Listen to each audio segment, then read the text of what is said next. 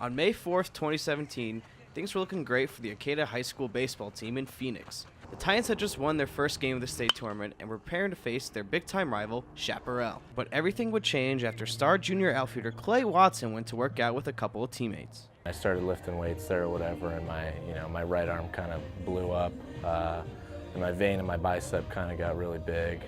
So I kind of cut the workout short. Went home. My mom kind of was worried or whatever, so we went to the ER and they sent me straight to the hospital. And they diagnosed it as a blood clot in my shoulder. Watson was diagnosed with thoracic outlet syndrome, which means he had a blood clot in his right shoulder. This required surgery that was not available in Arizona. Instead, he had to fly all the way to Dallas, where the doctors were able to fix his shoulder, and he was able to begin his recovery. The doctors told Watson that it would take about 7 months for his shoulder to heal.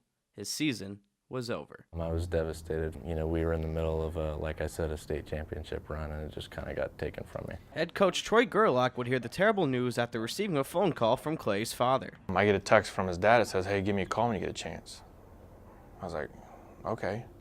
And I didn't have a chance to call him yet, and then he texted me again, and he kind of told me Clay had a blood clot. Despite the loss of Clay, the Titans still had a game to play. It was definitely devastating, but it also motivated us to play for him, and not just for ourselves, but that we're winning for a purpose. Arcadia would go on to make a run in the state tourney, winning 3 games before losing to Capo Verde in the semifinals. Even though Clay couldn't attend any of the games, the players made sure that he was with them in spirit. And the guys actually had a picture of Clay that they posted on the wall and hung rosary beads around him, and it was kind of funny, but at the same time, that's how much he meant to our team. After months of physical therapy, Watson was finally able to step back on the field in October.